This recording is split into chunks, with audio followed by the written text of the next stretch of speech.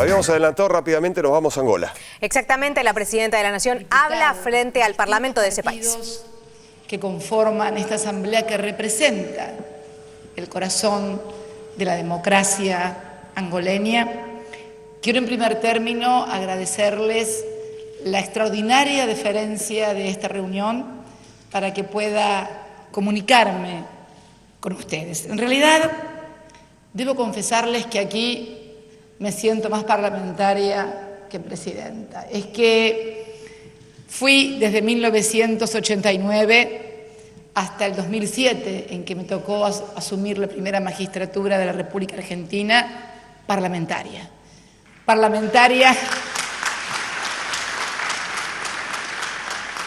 Parlamentaria primero en mi provincia y luego parlamentaria en el orden nacional. Nosotros tenemos un poder parlamentario, un Congreso representado por dos cámaras, una de senadores y una de diputadas, y por las dos pasé. Fui diputada nacional, primero senadora nacional, luego diputada nacional, luego nuevamente senadora nacional y finalmente presidenta de la República, y uno de los gobernadores que me acompaña también fue senador conjuntamente conmigo. Así que realmente me siento como en casa frente a los parlamentarios. Y mi primer,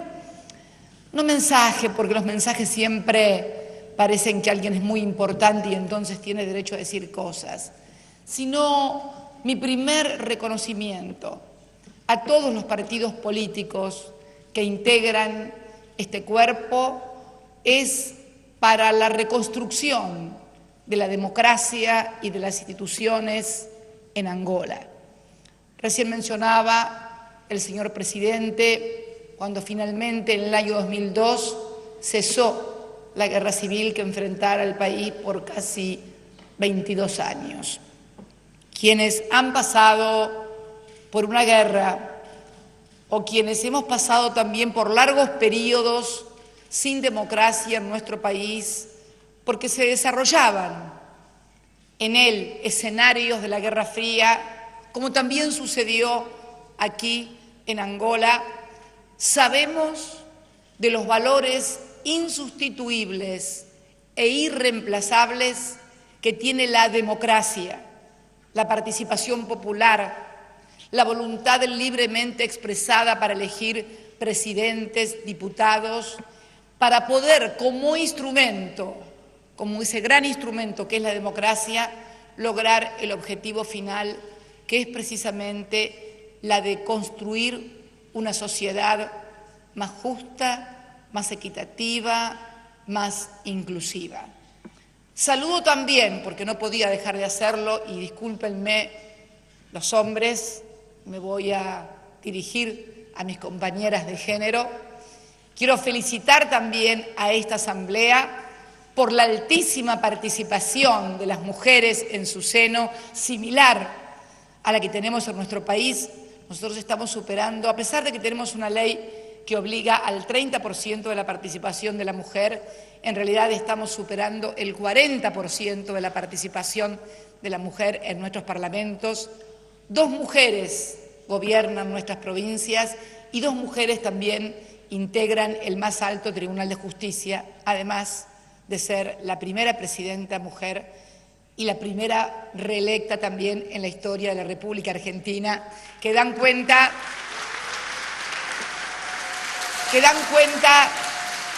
del reconocimiento de la sociedad al rol de la mujer, especialmente también en mi movimiento político, donde la impronta de esa mujer que se llamó Eva Perón y que un 11 de noviembre, por esas raras coincidencias, un 11 de noviembre, al igual que el 11 de noviembre que se consolidó la independencia de Angola, un 11 de noviembre a instancias suyas, el Parlamento argentino le concedió a la mujer la independencia política al permitirle sufragar, cosa que hasta ese momento la mujer no podía hacerlo. Por eso, tantas identificaciones con esta Angola, como decía hoy en mi primera intervención junto al presidente Dos Santos por la mañana. Yo era muy joven, muy joven, 20, 21 años, 18, 19, recién terminado la escuela secundaria, ingresada en la facultad, y mirábamos en ese mundo diferente de cambio, de transformaciones, lo que era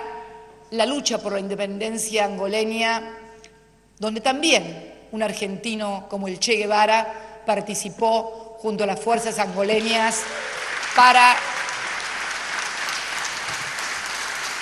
lograr la independencia. Y me acuerdo la figura del doctor Agostinho Neto, como también uno de los emblemas de esa África que se desprendía y destruía los lazos coloniales que nosotros habíamos logrado en el siglo anterior y en el siglo XIX. Yo hablaba también de la necesidad, y sigo hablando constantemente, de nuestros pueblos, en esta convergencia no solamente de economías complementarias, sino de objetivos comunes, porque somos un país emergente, la Argentina, y es Angola, un país en reconstrucción. La necesidad también que tienen nuestras sociedades de construir una segunda independencia. La primera independencia fue aquella que nos ayudó a librarnos del yugo colonial. Medio orbe, o todo el orbe, estuvo dominado apenas por un puñado de naciones que dominaban bajo formas colonialistas el mundo. Pero luego vinieron otras formas de subordinación, tal vez no tan visibles, tal vez no tan palpables, tal vez no tan verificables, como era tener al gobierno de un colonizador y la relación que se produce entre colón y colonizador, sino también otras formas más sutiles de subordinación económica, de subordinación cultural, que se traduce en atraso para nuestros pueblos, en dependencia tecnológica, en falta de desarrollo de fuentes alternativas de trabajo. Y yo creo que los países emergentes y también el África debemos estar unidos en una lucha sur-sur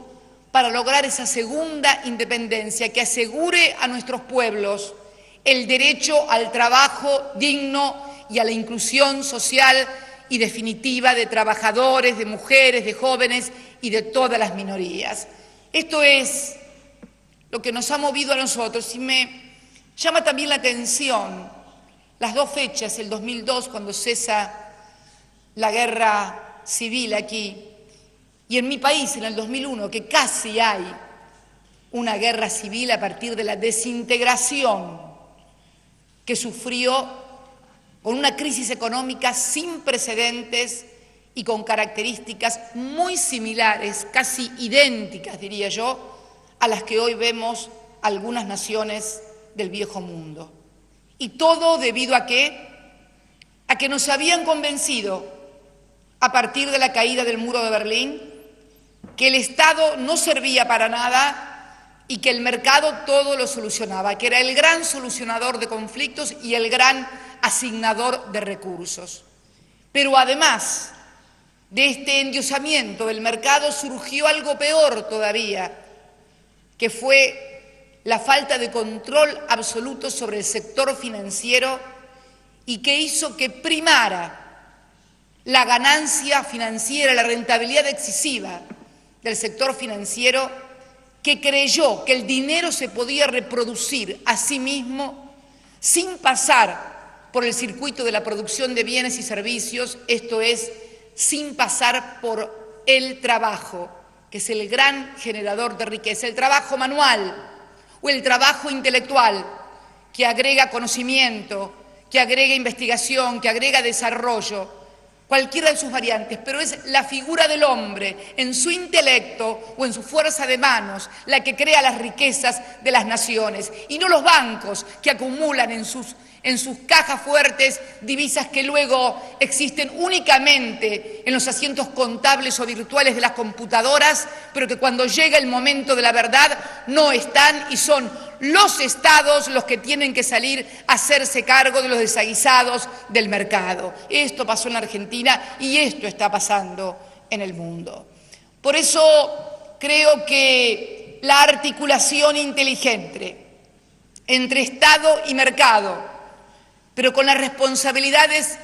irreemplazables e inherentes al Estado en cuanto al que debe regular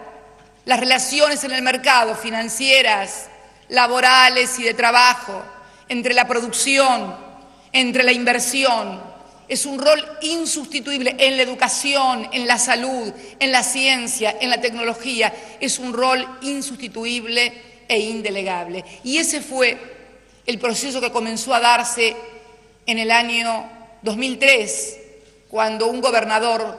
de una lejana provincia patagónica, la última provincia continental de América, ya casi cayéndose del mapa, el presidente Néstor Kirchner asumió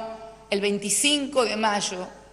del año 2013, van a cumplir en unos pocos días más 9 años, la presidencia del país con apenas el 22% de los votos en un país absolutamente devastado por la crisis económica, social y cultural más importante de la que se tenga memoria en las últimas décadas en mi país. Y nos abocamos a lo que siempre sostuvimos, a que debíamos agregar valor a nuestra producción, a que debíamos centrar en la producción y en la educación los pilares básicos del desarrollo de una nación. También el desendeudamiento, un endeudamiento que había llevado a la Argentina, con las políticas del Consenso de Washington y del Fondo Monetario Internacional, al desastre del 2001. Nos abocamos a una política de desendeudar el país, reestructurar la deuda soberana, pagarle al Fondo Monetario Internacional, negarnos a ingresar al sistema ALCA porque éramos y somos y seremos siempre parte del Mercosur porque eso es lo que somos, suramericanos, reafirmar nuestra identidad. Hoy hablábamos con el presidente Dos Santos también la importancia de integrar sur-sur las organizaciones que se están conformando en materia aduanera aquí también ya existentes en África conjuntamente con el Mercosur. Nos abocamos también a la restitución de los derechos humanos, emblema y bandera de nuestro país y que nos muestra como ejemplo en el mundo, luego de una dictadura realmente que arrasó con la vida, con las instituciones y con el patrimonio de miles y miles de argentinos, reparación histórica, y al mismo tiempo un proceso de reindustrialización del país. La Argentina supo ser el país más industrializado de América después de los Estados Unidos durante la década del 50, cuando gobernaba mi partido.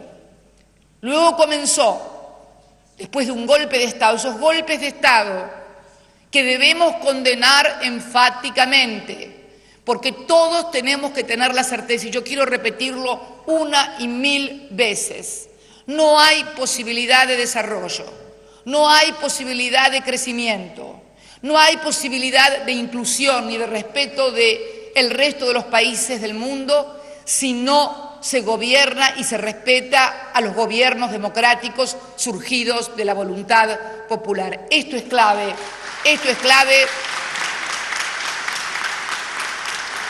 y debe ser reafirmado una y otra vez, porque muchas veces son los cantos de sirena. Muchas veces son los intereses que poco tienen que ver con las historias de nuestros propios países, los que tomando o captando algunos dirigentes, algunas minorías de nuestros países, estoy hablando de mi país, la República Argentina, logran enfrentar a un país entre hermanos y esto es el punto de partida para el desastre total. Se benefician unos muy poquitos del país y se perjudica a la inmensa mayoría, aún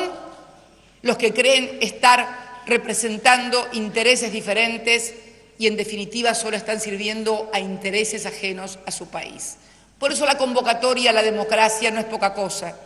y por eso también esto que sucedió en el año 2003 tiene una larga historia que empieza el 10 de diciembre del año 1983, cuando mi país puede recuperar